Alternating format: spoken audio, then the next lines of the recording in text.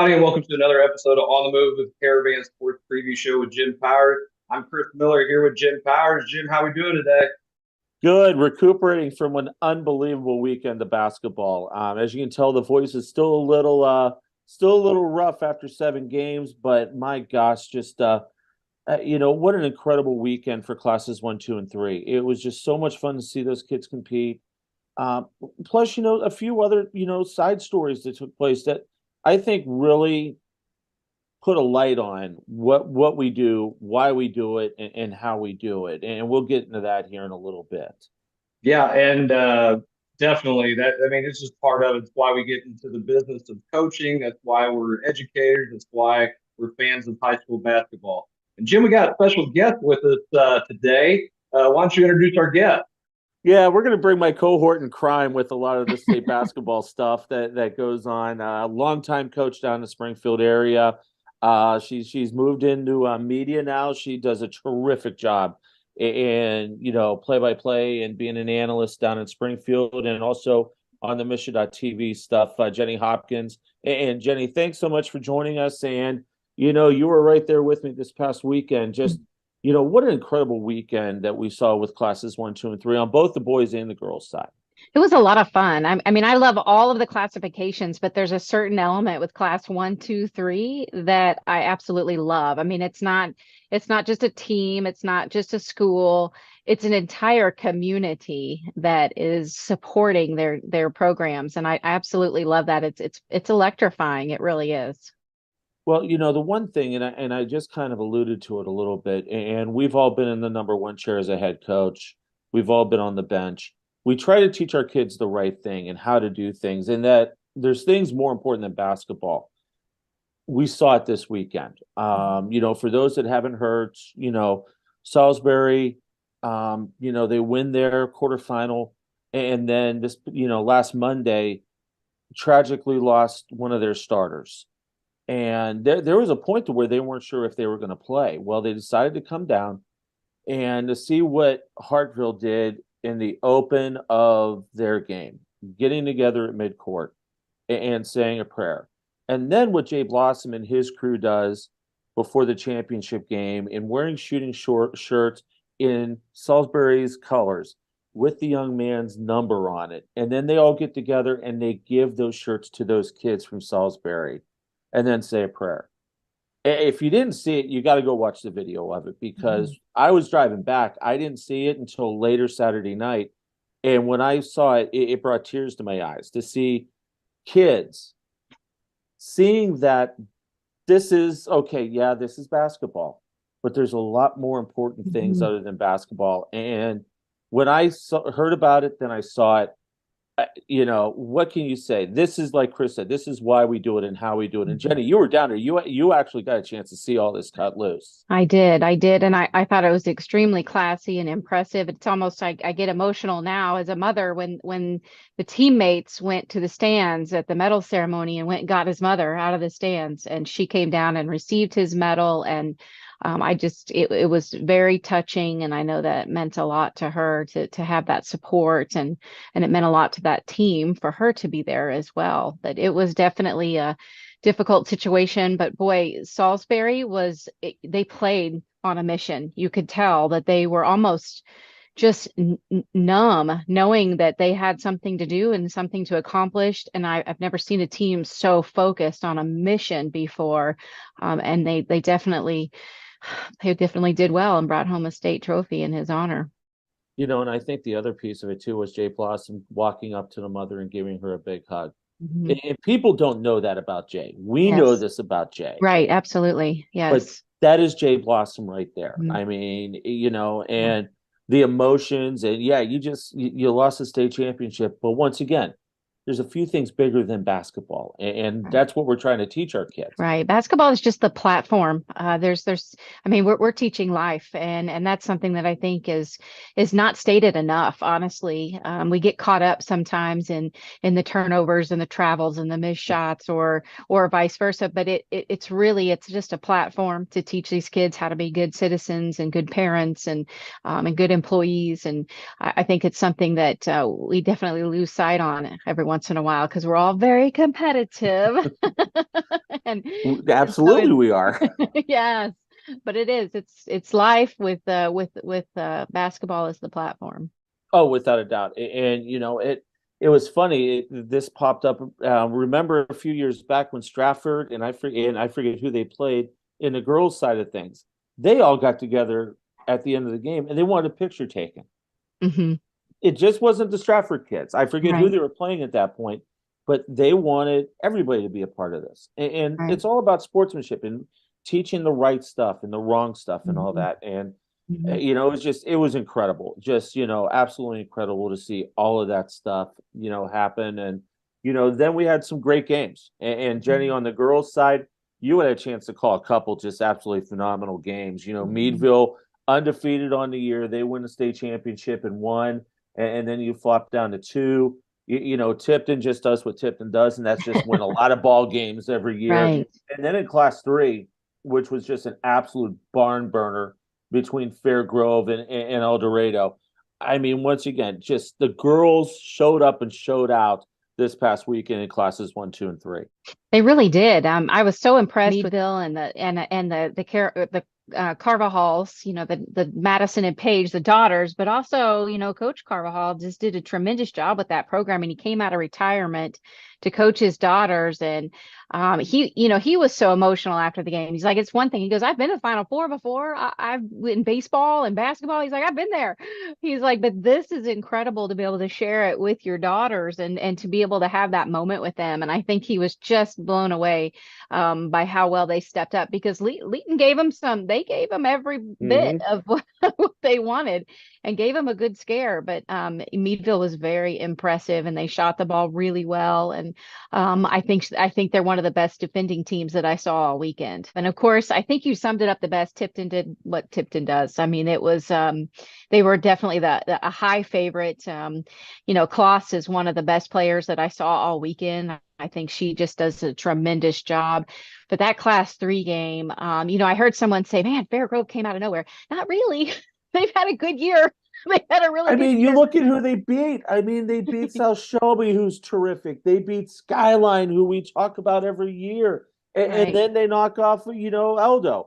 I mean, yeah, they and Stratford in the district finals. They beat Stratford too. Let's not forget that. Yeah. And they beat El Dorado Springs earlier in the year by 3 points. And so El Dorado Springs, the utmost respect for Coach Swopes and what he does there and Macy Mays. And they've got a tremendous group and they've got a great group coming back as well. But Fairgrove, Coach Jeni Talbert is just one of the biggest talents in this area as far as coaching and building relationships with kids. I mean, you can tell by the way they are always engaged when she's talking. And they play so hard. I mean, they leave everything on the hardwood and it was just really impressive. But they definitely didn't come out of nowhere.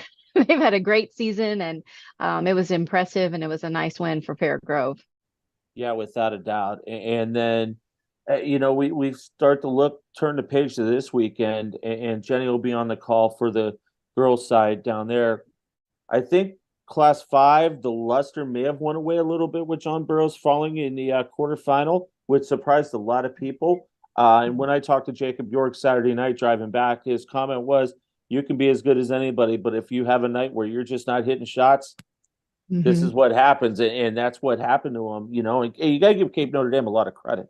They've got a couple freshmen that are just unbelievable they're going to be really, really good over the next couple of years. But then, you've got a terrific team in Lutheran St. Charles.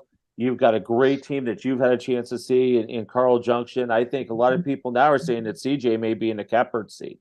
I think there's going to be a really strong group in that Class 4. I love Vashon. I think Coach Albert does a tremendous job. And what he gets out of those players and how he coordinates them and motivates them. And he's got great strategic components. I always love to see his first half versus his second half because I always see adjustments. And so I think it's going to be, I think that Class 4 is going to be really strong as well.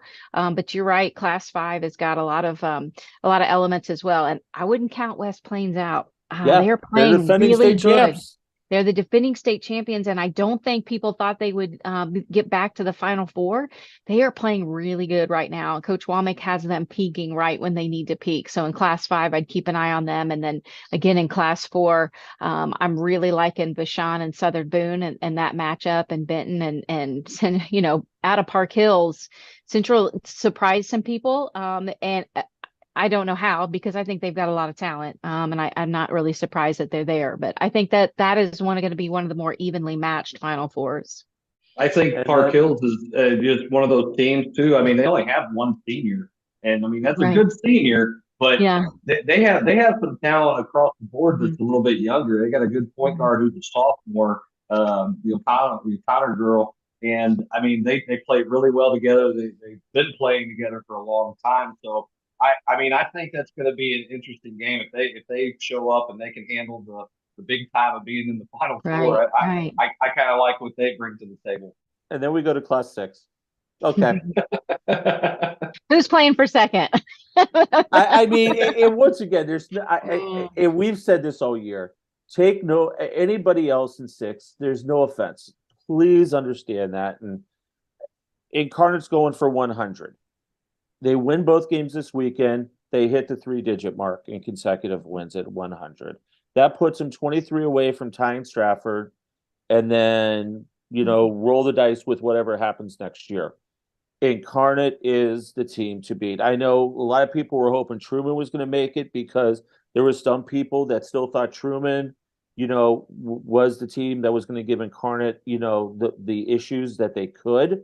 You know, but Raytown had, you know, knocked off a very talented Republic team. You know, Rockbridge, in my mind, is a year ahead of schedule. You know, Joe's running a lot of freshmen, sophomores out there. And then, you know, as Earl Austin calls the head coach over at Eureka, James Allsett, big game James, you know, he gets his kids into situations to where they can win. And I really am excited about Eureka Rockbridge on Friday evening at 6:00. I think they're going to be a good matchup. I think just the similar styles are going to be something to watch. But I'm impressed that Rockbridge is back. I mean, you know, they were up 16 and held on to win by 1. And, you know, that's to me is a legacy program. I mean, that's something that is part of that. It's that variable and that element that a lot of schools don't have, is that tradition. And I think that gives it a little extra oomph. And, you know, I'm not surprised to see Rockbridge back, but you're right. I think it could have been a year away and everybody would have been fine with that and understood that. But that extra element of tradition helped push them. And I think that helped a lot. And then Incarnate just doesn't, you know, once again, they just win ball games. You know, you've got Natalie Pott, who eclipsed a 2,000 point mark last week. You've got Coffee. I mean, this team is just loaded up and down, and they just play, and they play hard every possession, every minute that those kids are on the floor. And Coach Rolfes is amazing. I mean, I think he does a tremendous job as well. I mean, it doesn't matter if he's 5 points ahead or 20 points ahead. I still see him making adjustments. He doesn't stop coaching. He is always active, always moving, and he's always teaching. And I can really appreciate that about him. Yeah, that's, I mean, you know, we talk Hall of Fame stuff. That's, you know, what Dan does. And, you know, and Jenny, you saw the Stratford streak. You saw what they did. I did. The one difference, I think, with what Incarnate is doing is that this streak is more of a national level. Now, I know, you know, Steve played some Arkansas teams in that deal, played some Kansas teams, but I think the Incarnate streak may be a little bit more impressive because of the national level scheduling that Dan puts together every year, getting his kids out to California, getting his kids out to, this year they went to Hawaii. They're always playing the top teams out of Kentucky. I mean, that's where I think the Incarnate streak, if it holds and they can get to that number, maybe just a tad bit more impressive than Stratford. Well, and Stratford had one Division I player, and in any given year, honestly, Yeah. Dan could have 4 or 5 Division I players. And one of the things I think that Dan does a really good job of is prepare his kids for the next level. You will see oftentimes, if you go back and track a lot of players from the state, from the region, that go on to college, they have an adjustment year and they don't play much their freshman year, maybe the sophomore year. Dan's kids they're 4-year impact players. I mean, they get on the court quickly and they adjust quickly. And I think that's something that he does to prepare. Now, that Stratford girl adjusted really quickly. Oh, yeah. Has been a 4-year impact player for Mizzou, and Coach Frank did a tremendous job with her. And but She's done pretty good for herself, up at yes. Mizzou Arena, without a Yes, doubt. and her twin sister has done well at the NAIA level with College of the Ozarks. So I mean, but that is something I think people don't realize how well he prepares. I mean, he's not there just to win by 30 and 40 points and and hang out and enjoy and then go get pizza after the game. He is there to prepare them for the next level, and I think that's something that's a conscious effort with him. No doubt about it. Well, Jeni, we appreciate you jumping on with us. I'm going to miss you this weekend. I'm going to miss I you wish I too. was going to be down there, but no, thanks so much for jumping on with us. We appreciate it, and have fun with the calls this week. I'll definitely be watching some great girls action around the state here coming up on Thursday afternoon. All right. Well, send me your notes. I know you'll have notes on the broadcast. Do it. I always appreciate and value you. You've been a great mentor to me since I got into broadcasting 7 years ago. And so I'm going to go ahead and publicly say thank you, Jim Powers. You've really helped me a lot in the broadcasting world. And I'm a sponge around you. I really am. You've taught me a lot, just not by telling me things, but actually modeling them. And you do a tremendous job of covering sports. And I appreciate you very much. Well, I appreciate the kind words. It's always fun, and we always have a good time down at state. Yeah. So, and Coach Miller, you're pretty cool too. You'll get to see him this weekend. Somehow, somebody got credentials for this weekend. I'm still trying to figure it out, but somehow Miller will be there with a credential. That's right. I love it. That is awesome. That is awesome. Thank you guys so much for having me on. I appreciate the time. Thanks, Jeni. We appreciate you. Have fun this weekend, my friend. All right. And that was Jeni Hopkins. Appreciate her joining us. Jeni's a past president of the Missouri Basketball Coaches Association and does a lot for the media right now. She calls the Michigan games, as you alluded to, and we appreciate having her on the show. Jim, we did have some really good games last weekend that you got to call and she got to call. I got to kind of watch a little bit between doing a bunch of work for the Coaches Association, and I did get to see some good ones. Let's jump right into Class 1 boys. Why don't we talk a little bit about that and recap that action? Wow. You get into rare air. We talk about Incarnate Street getting, to where Stratford is, talking about the rare air. Well, guess what? Winning 3 consecutive state championships, that is putting you in some very, very exclusive conversations. And, what Dusty and his crew did, they had to battle, and it was not easy for them to get the state championship. The semifinal, they kind of did what they do. They wore down Jefferson a little bit in the second half, got some big time shots out of Colton, Bursey just played out of his mind. But they beat a St. Elizabeth team. And we talked about this last week. You never count them out. And sure enough, what they did to Glasgow was just amazing. I mean, they went toe-to-toe with them. And, a lot of people, including the two of us, really thought that Glasgow was going to make it through and play South Iron. Well, as I said last week, not so fast, my friend. St. Elizabeth did a lot of things. And I ran into Coach Heckemeyer after the championship game, and I just told him, I said, listen, I've had so much fun watching your kids get after it this week. And my gosh, they were just so much fun. But, South Iron, they get a big shot from Colton to force the overtime, and you got to remember, St. Elizabeth had a 12-point lead at one point in that ball game. Yeah. And, the Panthers had to battle a little bit. And Martez got going, Colton got going. And then the floodgates really opened up in the overtime. They run out to a 9-0 run to get things going, and that pretty much sealed the deal. But my gosh, just, South Iron, this wasn't the team that we've seen over the last couple years. They had some growing pains in the middle of the year. but they figured a lot of stuff out and they were able to get the job done. And, you know, Coach Dinkins, what a great job he did. And I said this earlier with Earl Austin Jr. I honestly believe that there is no better coach right now over the last 3 years, other than maybe Dan Rolfus, that has done the job that Dusty Dinkins has done down at South Iron. Yeah, a lot of people said that when Drennan graduated that this team would fall off. And a lot of people even from my hometown said that. I said, listen, you know, Dusty does a really good job. And you can't, the fact that the kids have grown up in that system, they've got a lot of talent coming back. And you mentioned Martez. Martez Burst is, he went from being about 5'9" to like 6'2" over the summer. And I remember we played him last year, and all of a sudden it's like, who's this kid? Oh, well, that's Martez. Are you kidding me? Yeah. And congratulations to him going over 1,000 points in the state championship game. That was kind of cool to see that he finished with 1,002 on his making some free throws. So yeah, you alluded to it. I mean, Dusty's a future Hall of Famer. You win 3 straight state championships. That hasn't been done very many times in our state's history. So I mean, talk about rare air. That's 100% true. And I know that it's one of those proud things when I drive into Annapolis and see those state championship signs that I'm going to see another one on the city limit sign pretty soon. No doubt about it. And then, you know, class 2, I mean, we talked about it a little bit ago. You know, Salisbury just came in with a mission. When they made the decision on Tuesday to continue the trip, you know, you just saw it. And you know what they did, how they did it, how they went about their business.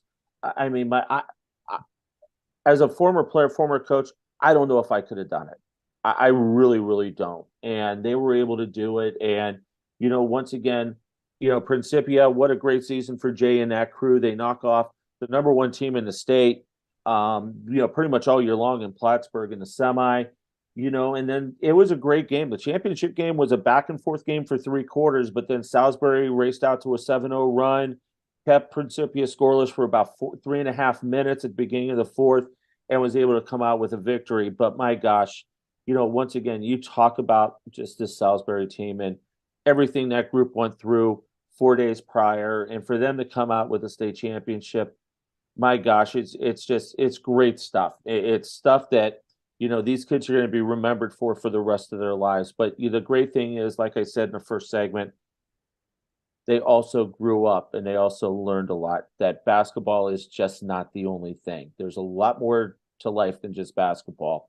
And those kids really put it together. And we saw 2 first-class programs in Hartville and with Principia, how they honored the young man before each game. It was just terrific. In Salisbury, they played their butts off. They really did, and they deserve to be the Class 2 state champs this year. 1,000%. And you had mentioned it, you know, about Principia's run. And one of the things that I thought was, it's a first for me. I've only seen it really at one other level, and that would be at the college level. But at the high school level, in the state championship game, Class 2, at one point, Principia has 5 freshmen on the court. Mm-hmm.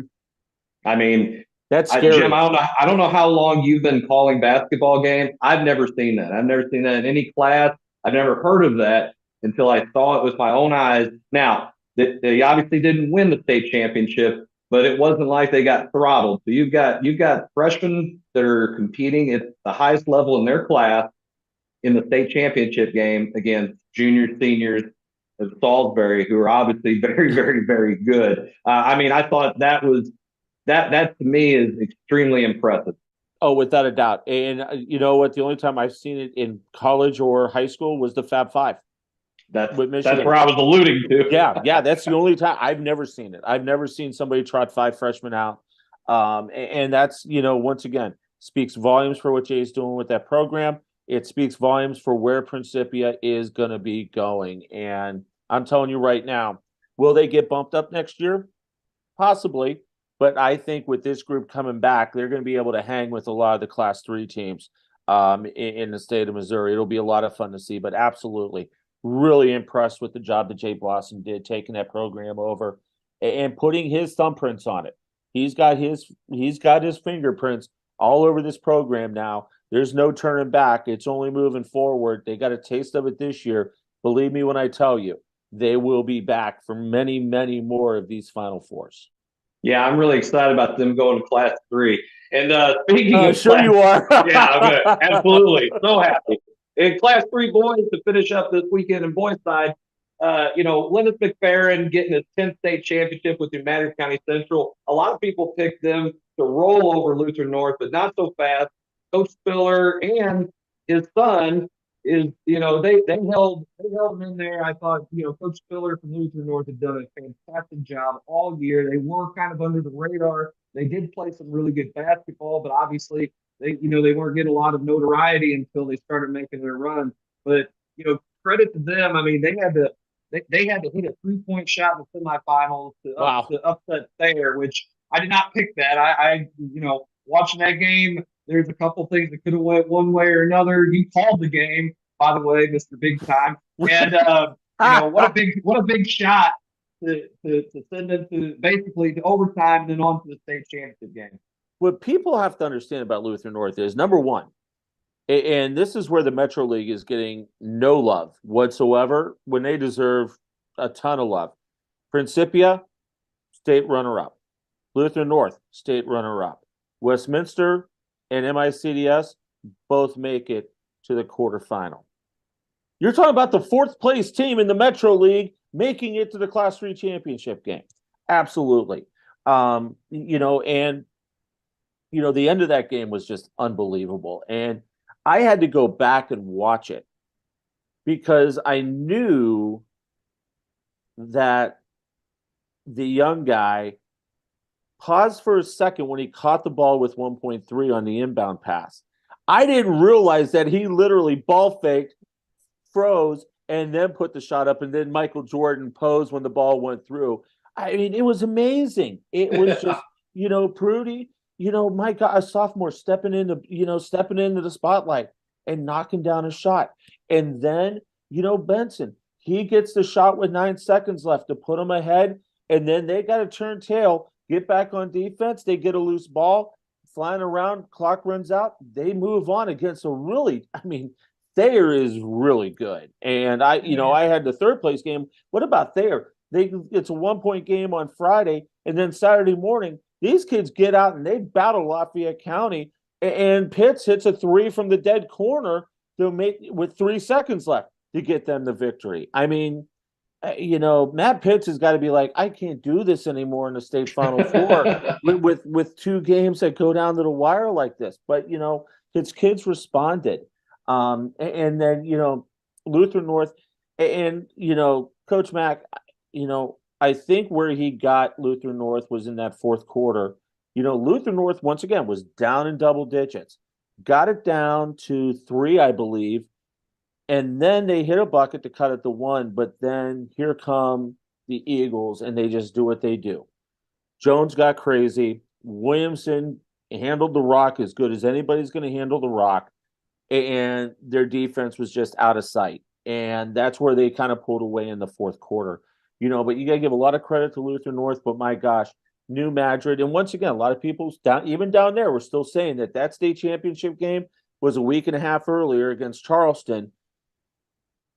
I don't know if that's the case so much because they got pushed, down in Springfield, but they deserve it. And my gosh, Lennis, just what a great job he did with those kids. And believe me, he's still got some youngsters coming back that are going to be really, really big parts to keep that thing going down in New Madrid. Well, you got to think, Jones and Williamson, they're both juniors. I know. And how scary is that? Well, scary for everybody. I'm telling you right now. Everybody in Class 3 is hoping somehow the enrollment jumps and maybe they bump back to 4. But no, I mean, good gosh, what a great weekend of basketball last weekend.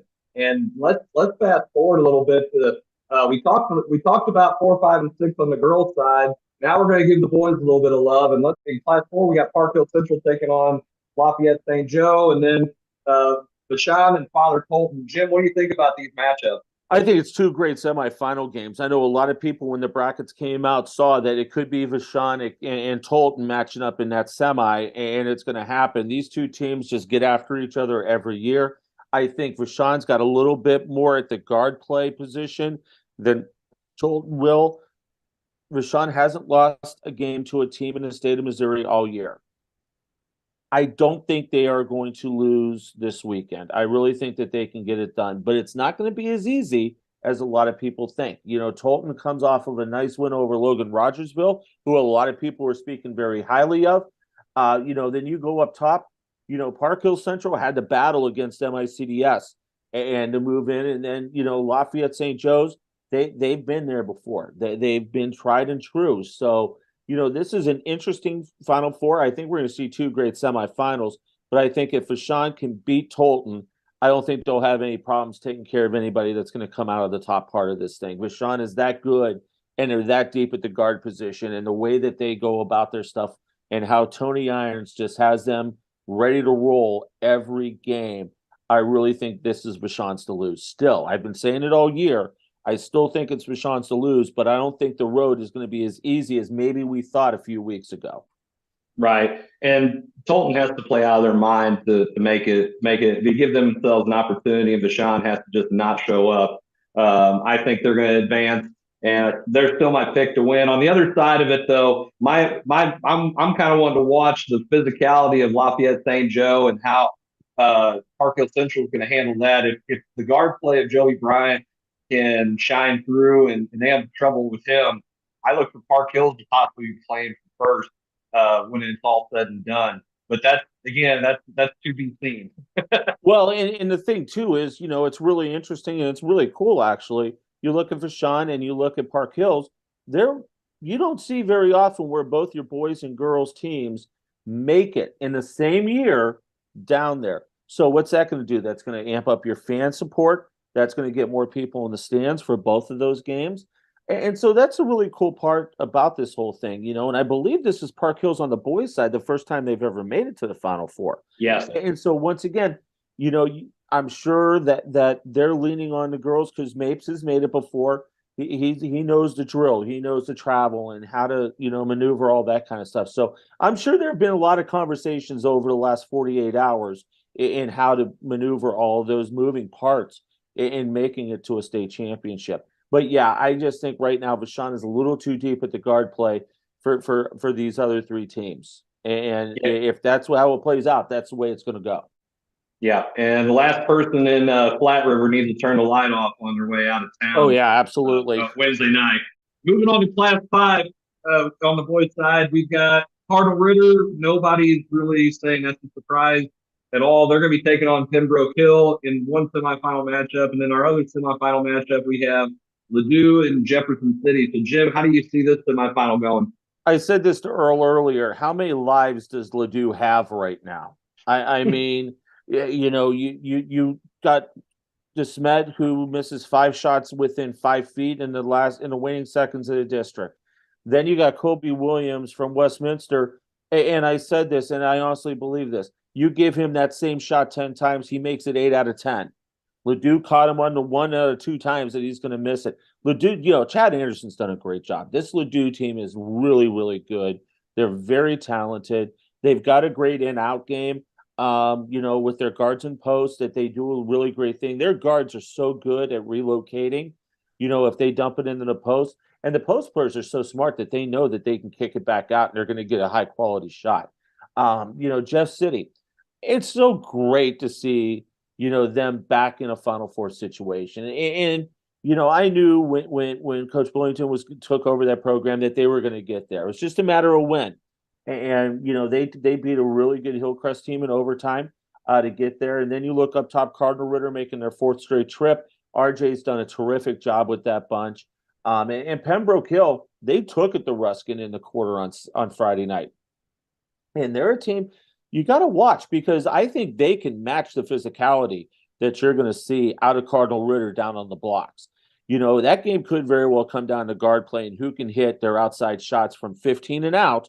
If Ritter's hitting their shots, I think they got a great shot. If Pembroke Hill can hold them down, I think this is going to be just a tremendous. And you got to remember, the last time these two teams matched up was back in 1986 when you had guys like a couple of these guys from Ritter that were Division I guys. Pembroke had a couple Division I guys, and this is just going to be a fun game to watch. I think Class 5 is going to be decided by guard play. Yeah. That's my bold prediction. Obviously, all these teams have good guards. You wouldn't have good guards if you weren't. If you're in this position, you got to have them. And I think my pick is going to be it's going to be Ritter against Ladue, and I'm taking the Lions to win it. That's just my pick. Don't vote. I mean, you can quote me on all you want, but I think that's how it's going to go. And then let's move on to Class 6. I won't unless you want to go ahead and make a bold prediction, Jim, since you're not calling any of the game. No, I think I Class 6, I've already made my prediction. And with everything that shook out this weekend, I watched Staley play on Friday night against Battle. Went back to the hotel room after my games were over and put the game up on stream. And they're exactly what I thought they were. I mean, they're how I saw them play earlier this year. They haven't changed. They continue to push the ball. They continue to beat you up down on the block, and they're going to play defense 94 feet, and they're going to drive you absolutely insane.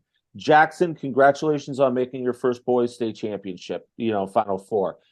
That's your parting gift, ladies and gentlemen. Staley is, and then on the bottom, Troy, who's been terrific year, first time since 2011 that they've made it to the Final Four, and they've got a good bunch of guards. I mean, they can shoot the ball as good as anybody in the state of Missouri. Kickapoo, a lot of hometown flavor. Friday afternoon, that noon game is going to be wild, on Friday afternoon between Troy and Kickapoo. But I'm telling you right now, Chris Neff just has his kids buying in, believing. This is the point that they've been building for 2.5 years. They're not going to be satisfied unless they're hosting that trophy on Saturday evening or Saturday afternoon, excuse me. And I think they're the odds-on favorite right now. I think they are as deep, as talented, and as fundamentally sound in every facet of the game that you're going to see all weekend long, both weekends. Yeah, I mean, they're just, in my opinion, I know Bashan beat them, but they're one of the two best teams in the state on the boys' side, no doubt about it. And I think they're gonna prove that. I mean, as much as I like seeing SEMO represent Jackson and what they've done, I mean, that's a magical year for them. All the congratulations to them. Staley's a tough team. I don't see Jackson unless, again, you have to show up. You got to get off the bus. You got to walk into JQH, or I'm sorry, Great Southern Bank Arena. There you go. Get it right. Yeah, at least I didn't say JQH last weekend on the broadcast. I almost let it slip once. But no, I mean, anything can happen. And Jackson, they knock off a really talented Kirkwood team. Eureka, the Kirby crew had those kids playing at a high level. But there's so many intangibles. And once again, Staley lost to Vashon on a buzzer beater at Vashon. That's your number one, and that's your number two teams in the state of Missouri in all classes, without any doubt about it. And I think they've proved it all year long with how they do things and how the teams that they've beat. But once again, you got to show up. You got to get off the bus. You got to get out of the hotel. You got to go through your stuff. But I'm telling you, if Staley does what they've been doing all year, they're going to be really tough to beat. Yeah, they are. And it's hard for me to pick against Kickapoo. I've kind of picked against them all year. So, I mean, if I had to say that maybe the favorite, in my opinion, especially playing in your backyard, it does go to the Poo. And I think they're playing well at the right time. It's a push between them and Troy. And Troy's had a fantastic year. But I just think it's who's playing for second, like Jeni said earlier, but it's going to be some good basketball, no doubt. Yeah, without a doubt, it's going to be another great weekend, and what a great way to finish up the 22-23 basketball season. I think we got a taste of it last weekend with 1, 2, and 3 with some great games. Like I said, I don't think I've ever called 3 buzzer beaters in the span of 48 hours like I did this past weekend, and for me, it was a blast to be a part of. Those 3 games and to see those kids. And I will say this, I mentioned Thayer and Lafayette County a little bit ago. Everybody hates the third place games. I hate the third place games. Coaches hate the third place games. The kids hate the third place games. But you know what? For one of the few times that I've been down at state, I saw 2 teams get up on Saturday morning and get after it. I mean, it was a championship game feel between Thayer and Lafayette County. And to, Jim Stoner, legendary coach for Lafayette County, Matt, I mean, just, okay, especially Thayer, you lose a heartbreaker and you got to rally your kids to get up 18 hours later and play for third place. I tell you, I give those guys so much credit in the world for getting those kids ready to go.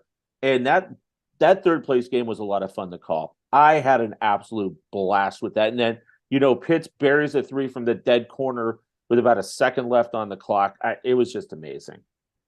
Yeah, and I know a lot of people talked about getting rid of the third place games, and maybe they should expand the field to 8 when you get to the state level. That way, it's more meaningful. But at the same time, you get that other trophy. You can say you've been there. I had somebody say, "Well, how would you feel about you make it all the way to the Final Four, you lose 2 games, you get throttled?" I'd say, "Well, heck, I'd be happy to get there because it's so hard to get there. Not many teams, not many coaches get that opportunity to experience that, because it's an experience for the kids. No matter what, they can always look back and say, "Hey, we made it. Hey, we did this, et cetera, et cetera." So I appreciate those third place games. I know it's tough for those teams, but at the same time, it makes still, when you got competitors, you got kids who want to finish strong after a tough loss in the semifinals. That just shows you what kind of heart those kids have. Yeah, without a doubt. And like I said, I was just to see that, and then obviously, all the Salisbury stuff, and everything else that was going on. Once again, it makes you really appreciate that these kids are learning life lessons, and it's just not basketball. It's not sports. There's bigger things out there, and just seeing all that stuff come into play this past weekend was just awesome, and I was so happy to be a part of it. Being off for a couple years, not being able to get down, and getting back for this year. I'm glad this was the year that I was able to make it work to get down there for 1, 2, and 3, because it was so much fun. And I'm telling you, there's going to be some great games this weekend that you'll be able to see on MSHSAATV. Absolutely. Well, Jim, it's been another fun episode. We appreciate Jeni Hopkins for joining us and talking a little bit about last weekend's girls state championships with class 1, 2, and 3, and looking ahead on 4, 5, and 6. We always have a good time with this show. So, I mean, should be a lot of fun, and we'll get the chance to talk about that again next week. Yeah, we'll wrap up, 4, 5, and 6 next week, and then baseball, soccer, track and field. We've got all sorts of stuff you don't pay attention to. Well, especially soccer, that is. What is that? Yeah, what is that? So, but no, we'll have a lot of great stuff to talk about this spring. It's gonna be a lot of fun. And once again, we roll out of one season into the last season of the year. Hard to believe that it feels like we were just starting our football stuff, yesterday, and here we are at the end of the basketball season, and it's going to be a lot of fun. We got a lot of great things coming up for everybody here over the next couple months leading to the end of the school year. 100% agree. Well, Jim, it's been another fun show, and we will see everybody again next week for another episode of On the Move with the Caravan Sports Preview Show. I'm Chris Miller for Jim Powers. Appreciate you guys tuning in. Have a great day.